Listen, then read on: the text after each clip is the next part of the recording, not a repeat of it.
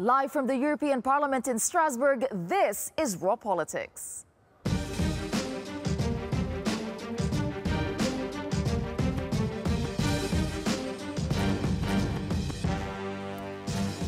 Thank you for joining us tonight, and this is what we have for you on the program.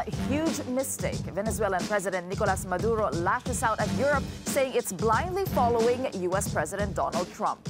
Budget rejection. Spaniards could be heading back to the polls after Prime Minister Pedro Sanchez suffers a big defeat. Eastern courtship. First Hungary, now Poland. The U.S. Secretary of State gets cozy with Eastern Europe. A real nightmare. Prague takes aim at party city problems with a new political post. And Jean-Paul Juncker, the UK's Brexit secretary, gets confused in Brussels. Well, it is time to meet our panelists this evening. Joining us tonight is Teresa Jimenez Beresil Barrio. She is a Spanish MEP from the EPP group. Teresa, which of the stories are you watching closely?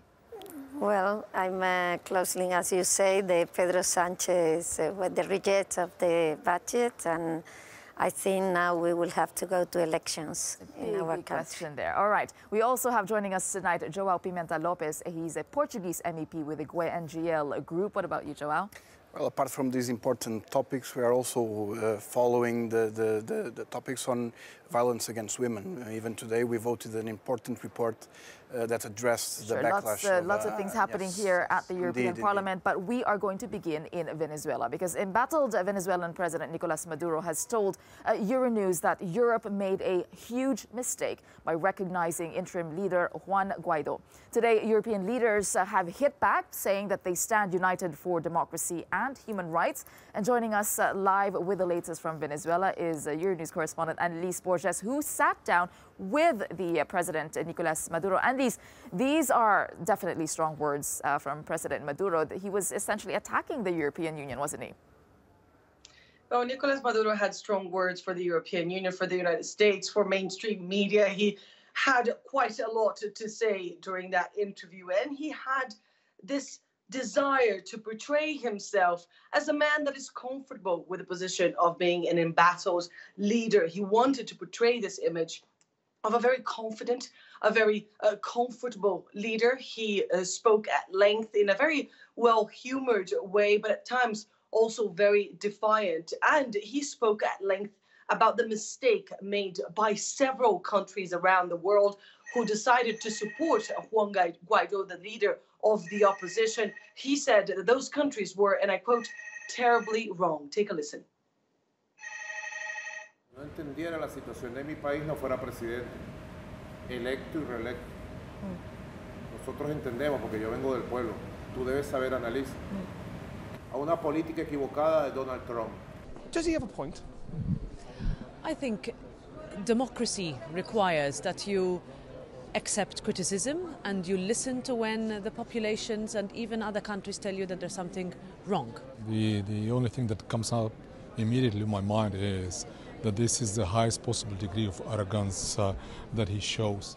It's as ridiculous as most of the things that come out from the mouth of this person who has illegally taken the power again. I would urge EU member states to be clear in what they want, to speak in one voice on this matter, not to wait until other continents speak. I guess that matters for all foreign affairs matters. I think the EU did exactly what it should have done.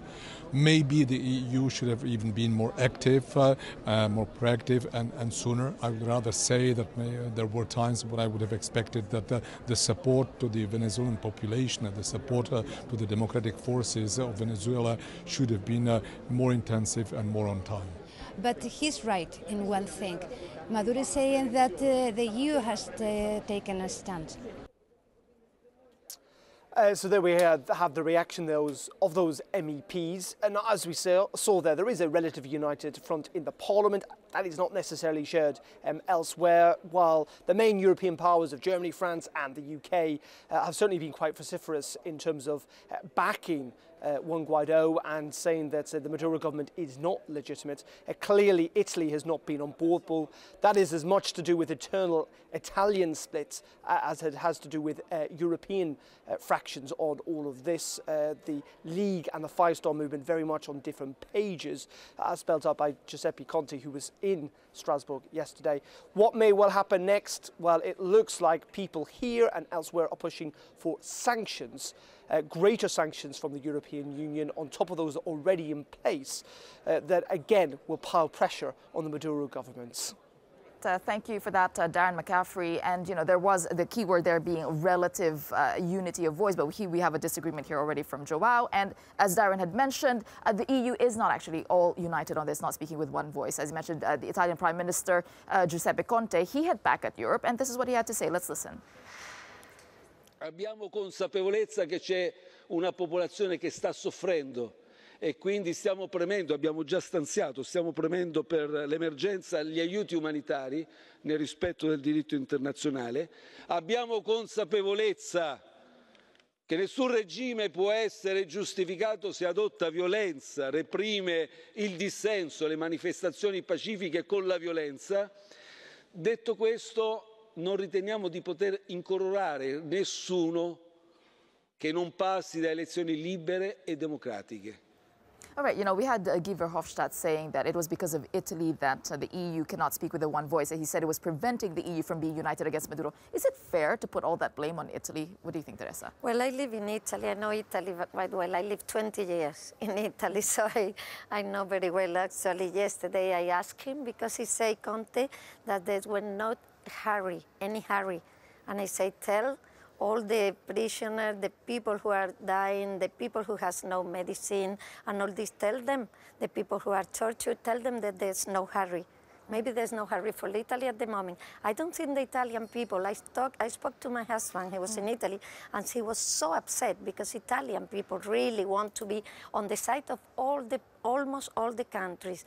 And also, when we have a resolution 2 weeks ago, most of the party, the biggest party, the whole parliament, apart from one party, as in the party from I wanted Joao to step in. And another one, but the biggest party, or ALDE, Socialist, Popular, ECR, they were on the same boat. So I think it's a big, I think it's as big as the people in Venezuela. Most of the people, I don't say there are a few people beside Maduro. I'll let Joao answer. How do you answer It was a very one-sided testimony pickup because unlike many other resolutions on Venezuela in the parliament, and we have had many others, there was not such a strong majority.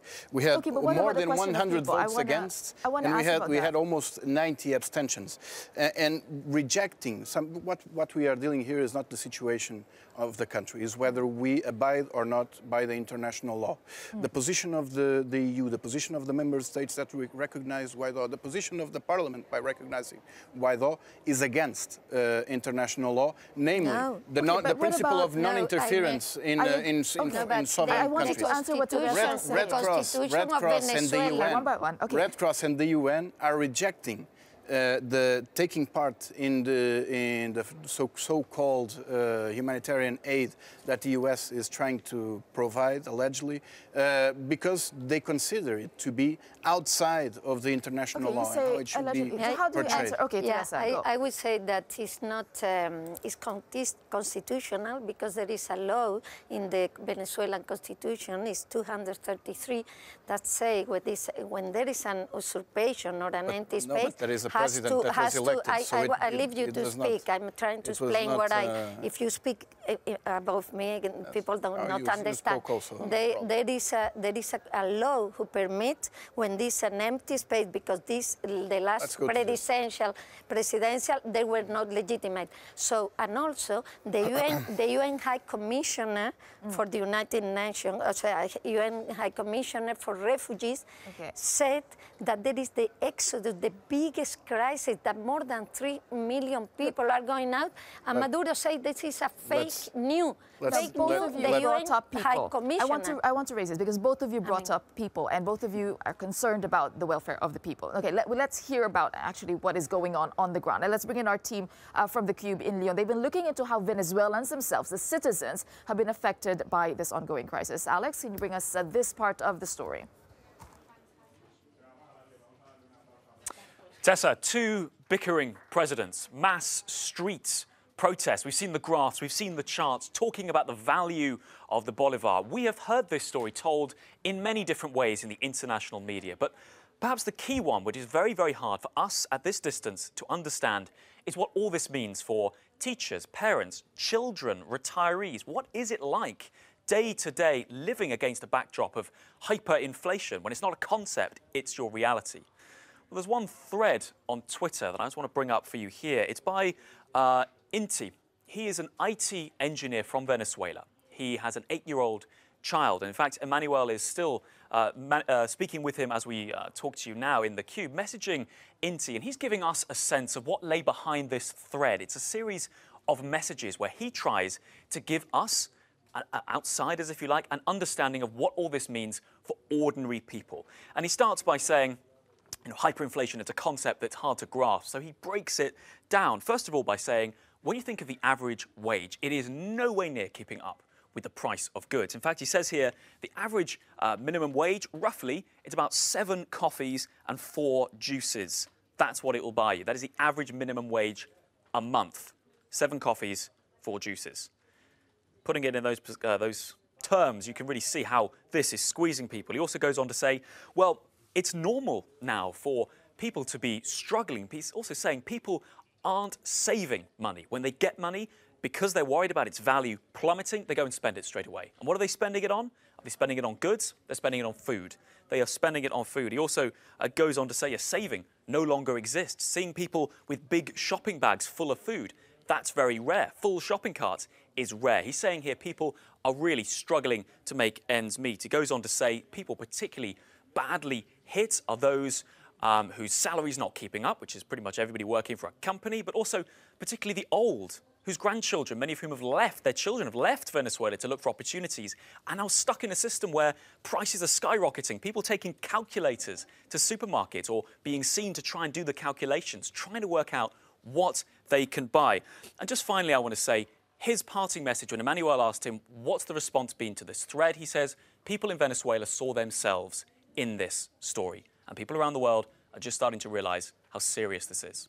Right, thank you for that, Alex, and our team in the Cube. Joao, I'll start with you. Your voice is clearly a minority in this parliament. I was also in Caracas when Maduro was first elected, and I saw both. First or second time? The first time. The support for Maduro, I saw that. 2013. Yeah, I saw that. But at the same time, I also saw empty shops and shelves and the lack of food. So how would you address it? There is a real need for the aid that is supposed to come in. People are suffering. How do you reconcile that with your first, it was a very biased testimony, taking one testimony as a testimony of the people, and you should hear the many thousands, support there, sure. Not some support, the many thousands of people that are on the street signing, for instance, a petition calling for the United States to withdraw from this intervention on Venezuela.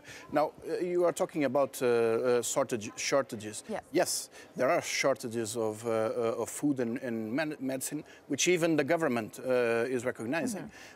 But you cannot disconnect these shortages from the brutal sanctions that the U.S. is unilaterally imposing since 2014, already in the government of Obama, that restricts the selling, for instance, of oil, the Venezuelan government going to the markets to ask for loans, and even at this very moment, to collect what is the economic and financial assets that Venezuela has outside the country. So basically, you say that, okay, you can't separate it. I'll give you very quick time to react because we don't have much time. Yeah, Last word. I think this is the best part. This is nothing. Okay. I mean, this is nothing for what is happening there. It's true, it's I tell you right. that the thieves, the persons who are governing are thieves at the whole. They have a lot of petrol, and people are talking about a narco state. Okay. So it's a very serious thing. All right, we have to end it. This is definitely a conversation that is going to continue. All right, coming up on Raw Politics, a European capital turns a so-called nightmare to revamp its party's reputation. Plus, the defeat of Spain's national budget spells trouble for Pedro Sanchez. That is next.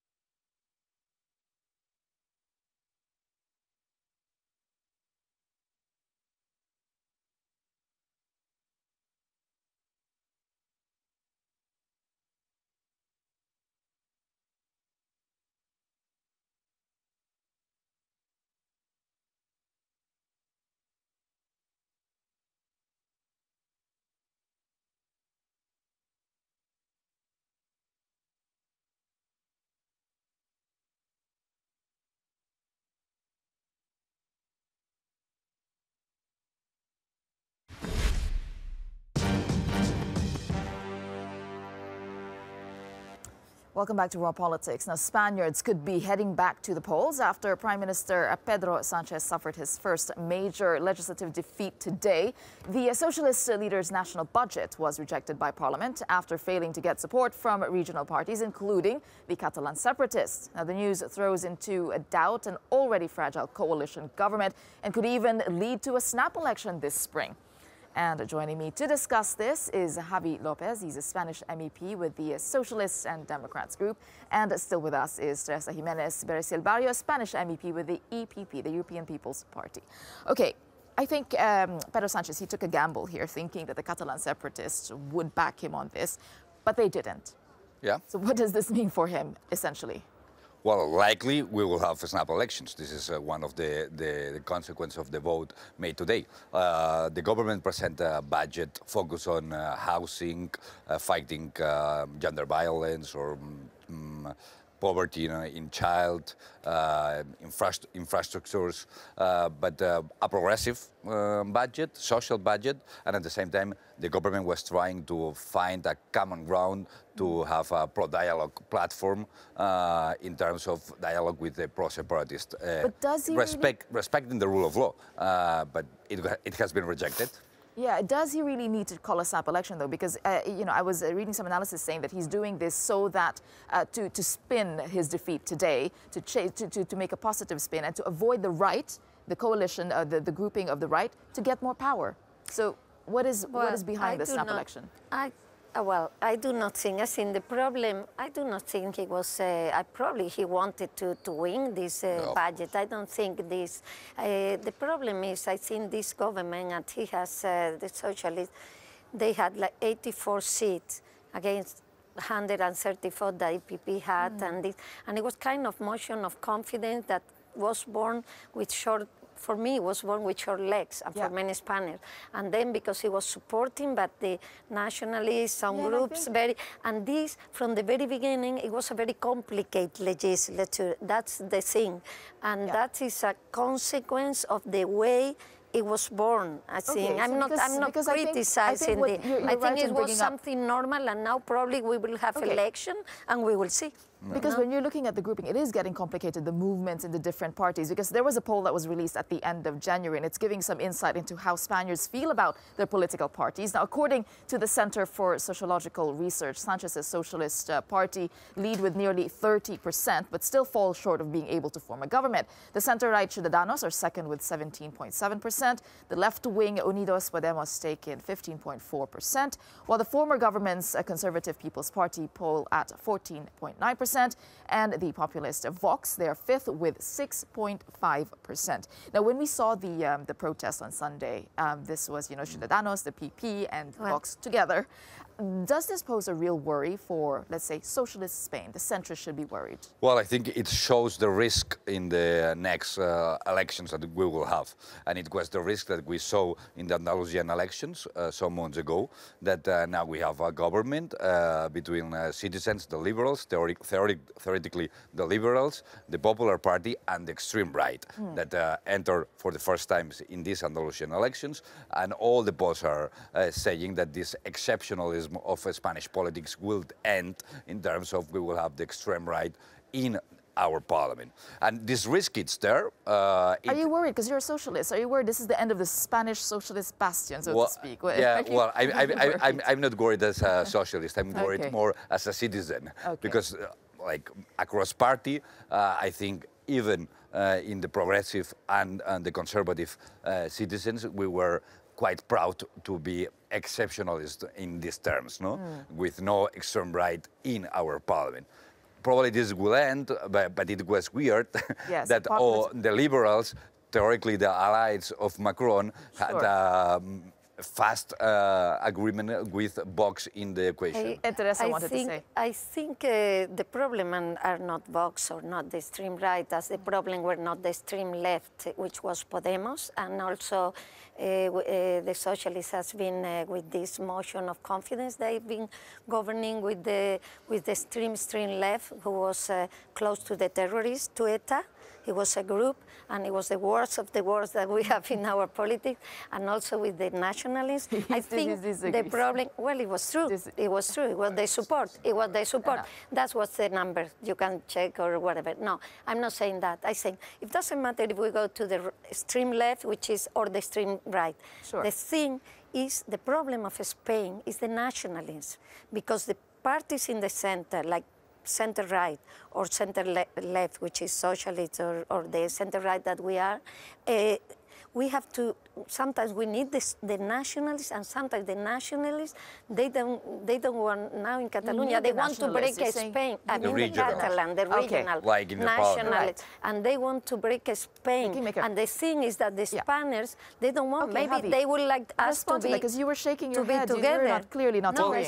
I say that maybe the Spaniards would like the kind of coalition between socialists and maybe EPP or something, but without, I don't know, maybe could be, we could see in the future, maybe could be an idea. Like, well, I'm Catalan and I'm against the independence, like, and I would prefer a majority government of the socialists. More this in is a the reality. center. But the point here is, like, they are part of our political landscape and they have seats.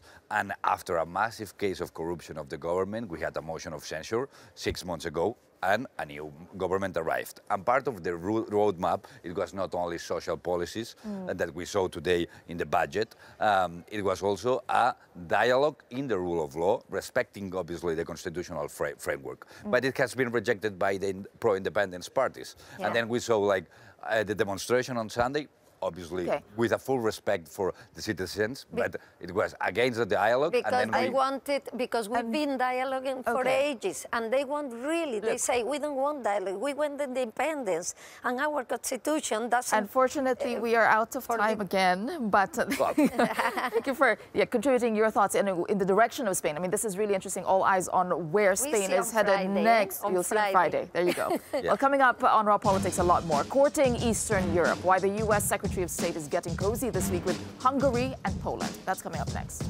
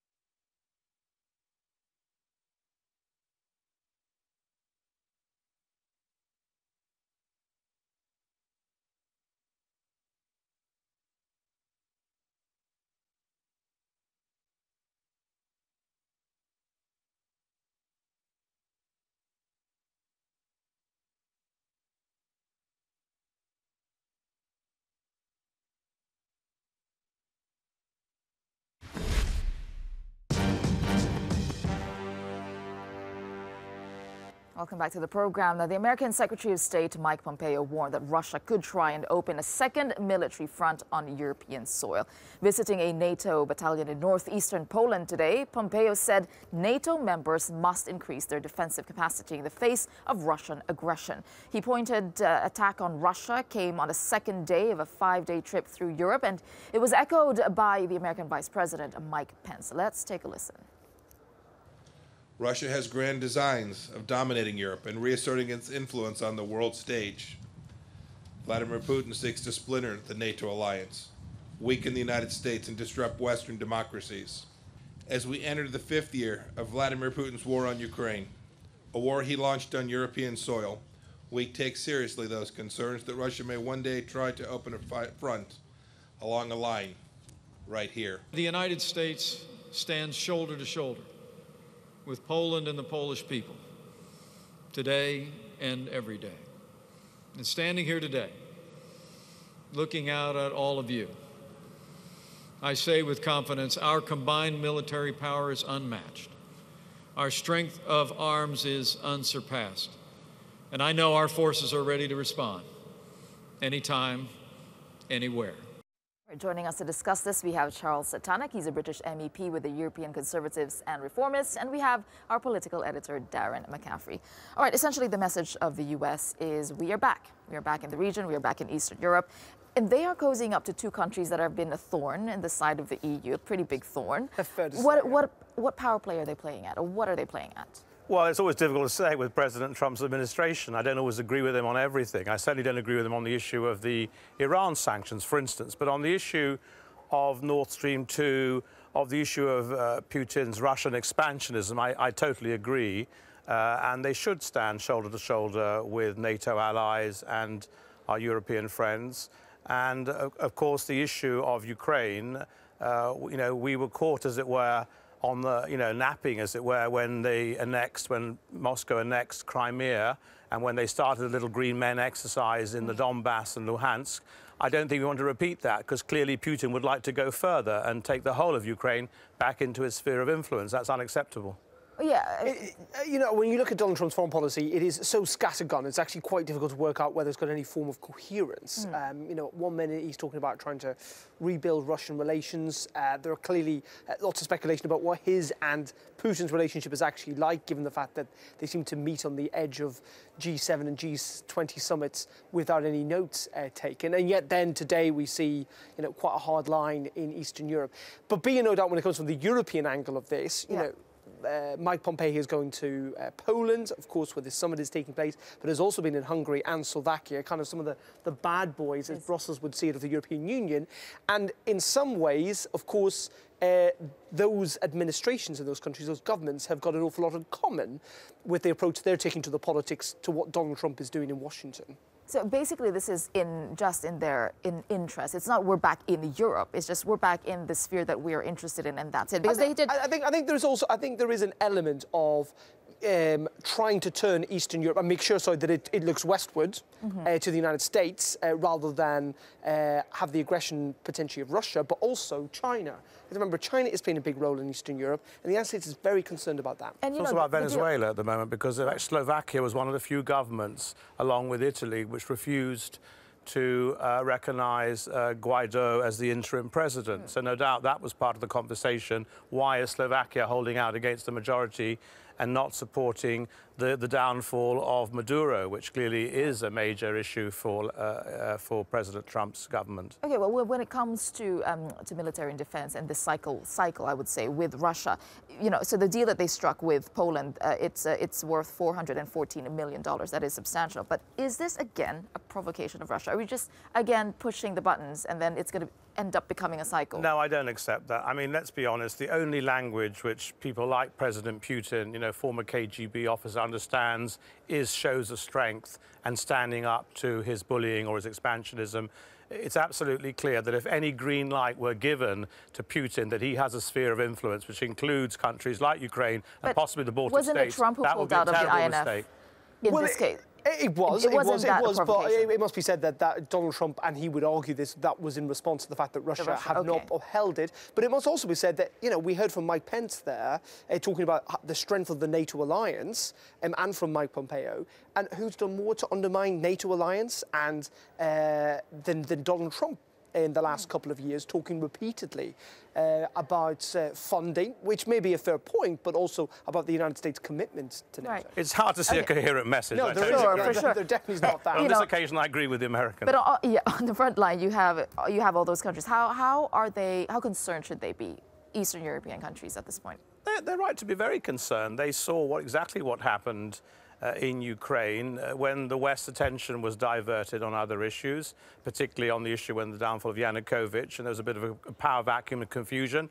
Russia moved in, and Russia would do the same again were it given the opportunity. And that's why, you know, it must be said no further can they go than what they've got already, basically. And Tessa, we have to remember that this is simply not about Russia or indeed about NATO. You know, one of the reasons, the key reasons the United States put forward that this meeting was going to take place in Warsaw was Iran. And again, this is an attempt by the United States to wedge support away, given the fact that Germany, France and the UK are very much on a different sides when it comes to Iranian sanctions and the Iranian deal. And in addition to that, we know, of course, Benjamin Netanyahu is attending, but most European countries are not sending cabinet-level or foreign office ministers to this. There really is a big divide on it. Indeed. And Darren, you brought up, very quickly, we don't have much time, but you brought up China, the point of China. I want to ask you, Charles, this is how big of a threat is this? Because while we're talking about the sphere of Europe, there's China doing their own thing. Well, there's obviously the whole issue of Huawei and the security implications of Huawei being able to increase its presence in European Union countries economically, commercially. Are there security implications to that? It's clear that some countries, you know, are happy for Huawei to proceed. Others, like America, Canada, and others, are even building up their military. Yeah, they're very worried about, you know, that this may be a back channel for Chinese interests in terms of intelligence gathering. And so, yes, China is in an expansionist mode, not so much in Europe as it is in other parts of the world. Africa, Latin America, and also, you know, the tensions in the Taiwan Straits. So I guess in this sense, the US is just putting out its pawns and its well, I think Donald Trump has just finally recognised that isolationism on its own simply doesn't work. You do need allies. You do need allies. All right. Maybe he's maturing in the job. Let's move on to something completely different now. The Czech Republic's party capital is having a makeover, and the task is falling on the shoulders of one man. He's called the Nightmare. Take a look.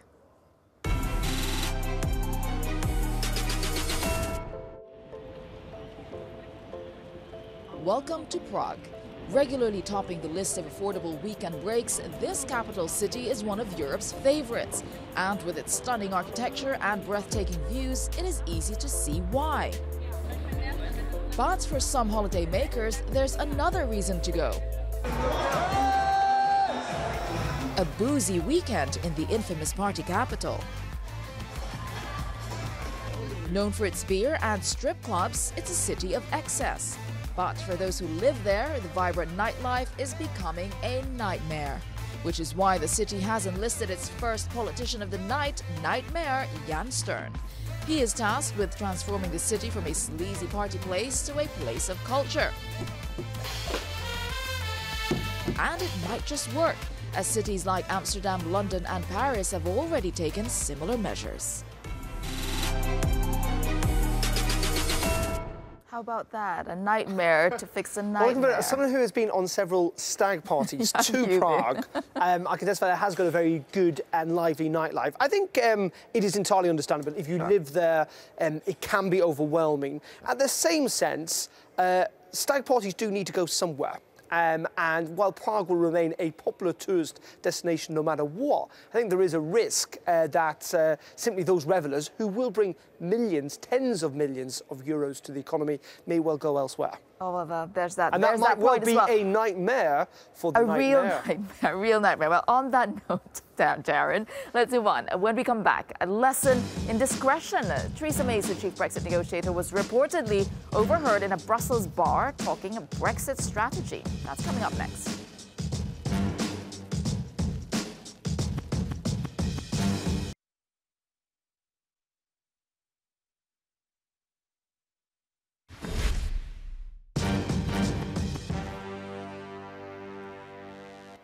Welcome back to Raw Politics. Now, a British civil servant, a journalist, and a cameraman walk into a bar.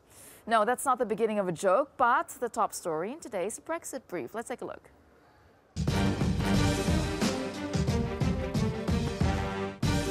Meet Ollie Robbins, the British civil servant in charge of negotiating Brexit, A busy man, so it's perhaps no surprise he treated himself to a drink at the end of a busy day battling for Britain in Brussels.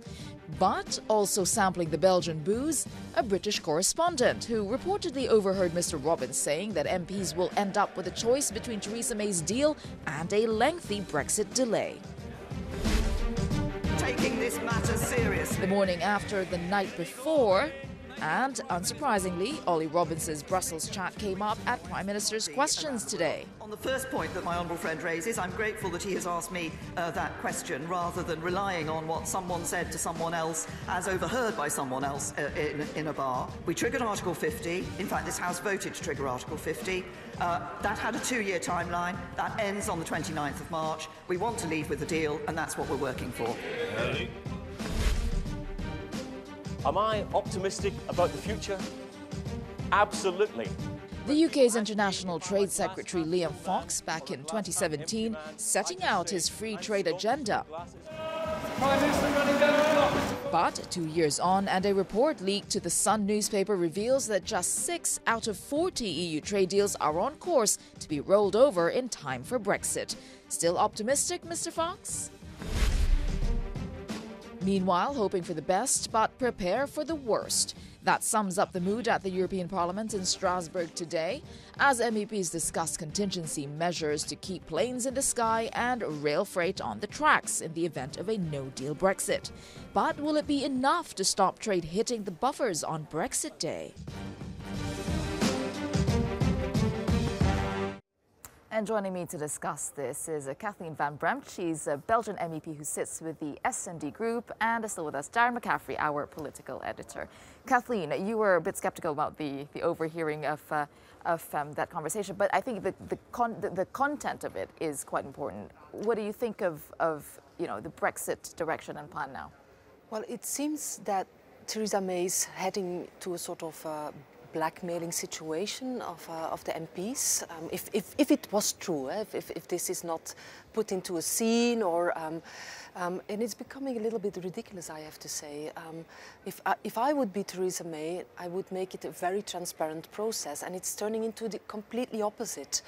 If people starting gossiping or sort of wondering what will be the end of that, I don't It's quite a prominent rumor. Like, everyone is thinking that she's just going to run down the clock. Well, can I say something about the rumor, or somebody overheard something else? I know politicians can do that. We are talkative, that's what we are. But normally, civil servants are not. All civil servants that I know are very laid back.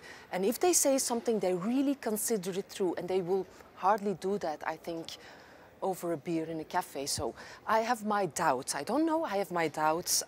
But I don't like the game, I have to say. Let's try to be transparent from the European part, but also from the British part.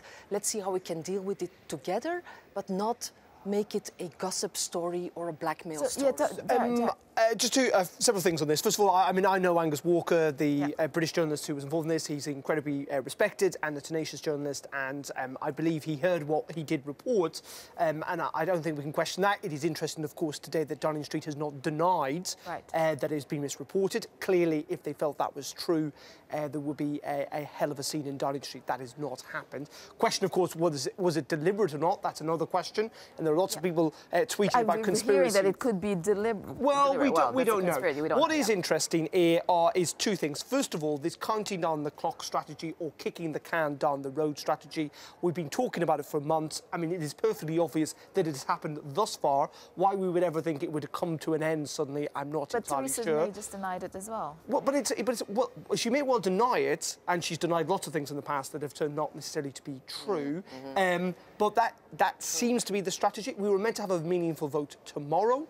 That is now being pushed back until the end of February, with suggestions that could be pushed back to the EU Council meeting in March. But the worst thing, potentially, is who is aiding and abetting the the UK in this process? The European Union. Because it does seem like the European Union are not going to move on any of this again until late March, when there is this hope, I think, both in Brussels and London, that suddenly they will give a little bit more, probably not enough for Brexiteers, but a little bit more, that will be enough for Theresa May to sell it, and she'll be faced, and MPs will be faced with deal or her deal, and in those circumstances, they will have to go with her. So do you agree with that? The EU is aiding and abetting this game that's happening? In any case, I don't know what Barnier and others are betting on it, to be open on that. And I don't know if even Barnier knows. But in political life, that, of course, is often the strategy, to push towards almost the last day of the deadline. And then everybody feels they have to move and do something.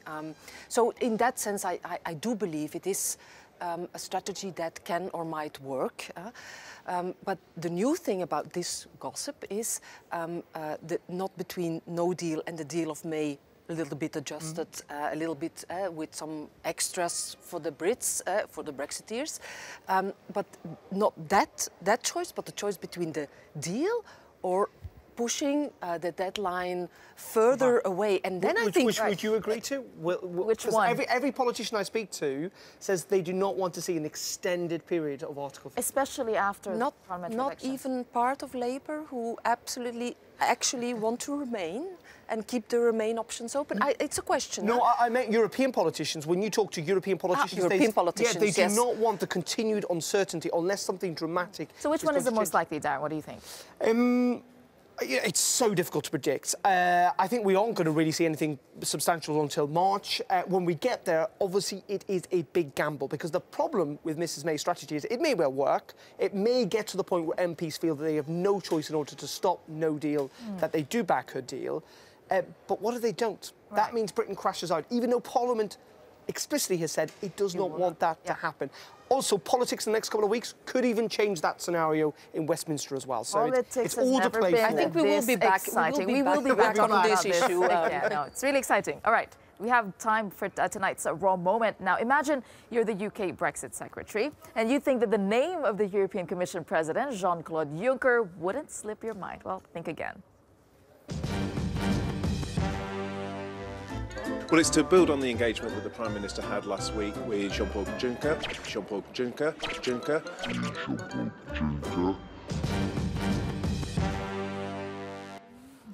Jean-Paul Juncker. What do you think, Kathleen?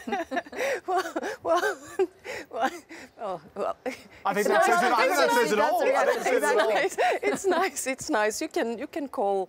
Well, a very diverse European Union. Yes, there are a variety of names here. That I think that was he has made the mistake 3 times. I think as UK Brexit Secretary, you know, for 4 or 5 months into the job, it's probably quite important he knows Jean-Claude Juncker's name. He didn't get one of the famous kisses of Juncker. That's maybe why. Oh, all right. Oh, well, there you go. On that note, we'd like to thank you for joining us on tonight's Raw Politics, and do join us again, same time, same place. Have a good evening.